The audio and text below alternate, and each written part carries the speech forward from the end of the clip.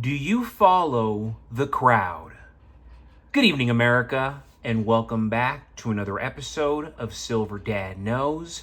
Remember, always live with no edits. If this is your first time here, hit that subscribe button now, as you're gonna like what I'm about to say. So, just speaking this evening, I am presenting to you right here an awesome piece, and we all recognize them. It is the Peanuts Snoopy piece. The Snoopy show, rooted in Charles Schulz Peanuts comic strip, celebrated, as we all know, American values with characters showcasing kindness, friendship. Episodes highlighted love for America, respect for parents, respect for tradition, respect for holidays, such as Thanksgiving, such as Christmas. And of course, the show carried Christian undertones, especially in A Charlie Brown Christmas, which shares the story of Jesus' birth. We definitely don't see cartoons like this anymore. At least mainstream, right? And yes, the Peanuts Snoopy Round is an APMEX exclusive. Going back to the verse, displaying an officially licensed image of Snoopy, and below is the Peanuts worldwide copyright. We look right there in the bottom. Very clean, simplistic. I love it. Then yes, let's go back to the reverse, displaying the officially licensed Peanuts logo along with the following characters from left to right: Pigpen, Shrouder, Franklin, Woodstock, Sally Brown, Charlie Brown, Lucy Van Pelt, Peppermint Patty, and Marcy. This was definitely a different time in America, and I have young grandparents, young grandmother who's still living, and she always recollects on playing outside, building forts, watching Charlie Brown, and how kids back then hardly even watched television because that's just not what you did.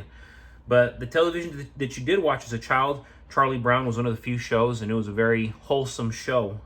Even my pastor, who's about the same age as my grandmother, under 80, they both recollect their childhood and Charlie Brown and how beautiful the memories were. With the children around them, with the families around them. And again, times have changed where we don't have these shows anymore that bring unity, that bring spirit, that bring livelihood, and bring joy. But anyways, folks, right here, you can still get these awesome rounds for around $60 with free shipping.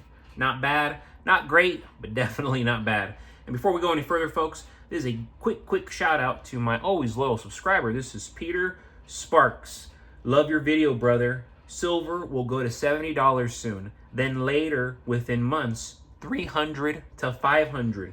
It will be hard to buy silver soon, so buy now before it goes so high. Silver is being bought up by many countries and millionaires.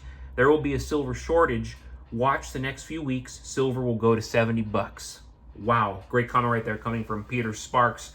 And I agree wholeheartedly. I truly believe before 2026, we are going to see silver hit $70 at the minimum. And right here, Peter Sparks is saying, then later within months, $300 to $500. Hey, it's not impossible. That would be very scary.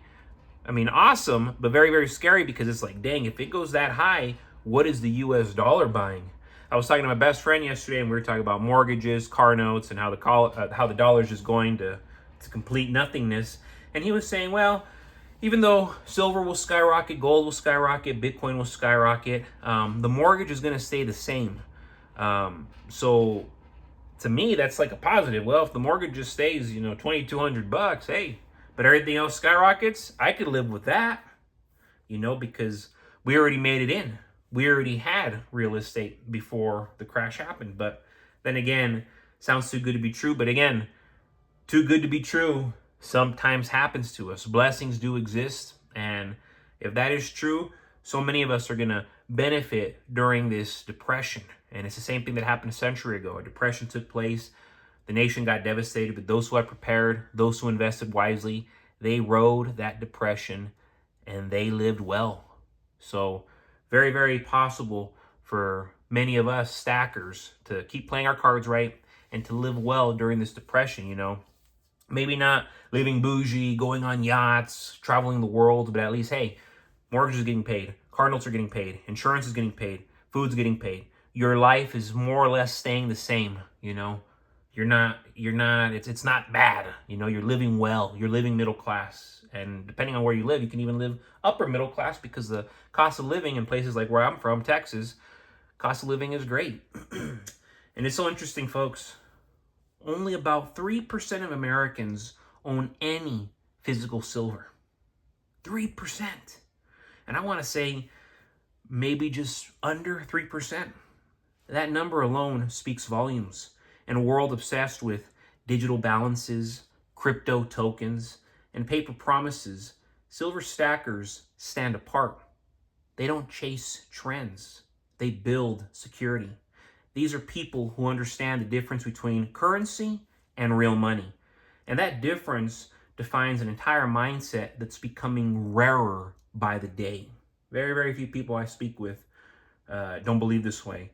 And when I say very, very few people, I'm talking like a handful of people that I might talk to on a daily basis. And even then, a lot of these people are not financially literate. They know how to make money, but they don't know how to keep money. Silver stackers know history, and that makes them dangerous to the status quo. They've studied every currency collapse, from ancient Rome's denarius to modern hyperinflations. They've seen what happens when trust in fiat evaporates. Instead of waiting for the next financial disaster to wake them up, they prepare now, yesterday. Owning silver is not only an investment, it's an act of rebellion against a system built on endless debt and printing presses. Literally. That's all we're built on, is just keep printing, keep printing, keep printing. You're working for what we're printing, but keep printing, keep printing, keep working. You know, it doesn't make sense. It doesn't. But we've been doing this now for how many decades? So the 3%, they think differently because they measure wealth in something real. Silver doesn't depend on a central bank's promise or a politician's speech.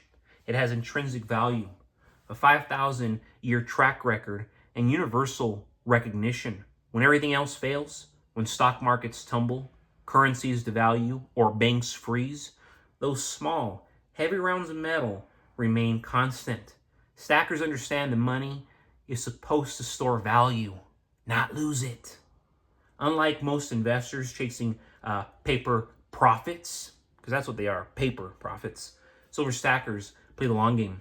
They're not shaken by short-term price dips or media fear-mongering, which unfortunately most Americans are on either side. They know the fundamentals. We know the fundamentals, truly. Limited supply, rising industrial demand, and the historical gold-to-silver ratio all point to a future where silver's true worth, it's already undeniable. That's why we keep stacking while others keep hesitating. And I could not, for everything in me, I could not explain to you why people are still hesitating. It's going to show on their faces when they realize, holy moly, I had every opportunity, but that's on them. Patience and conviction define them. Patience and conviction, literally, that is what define them.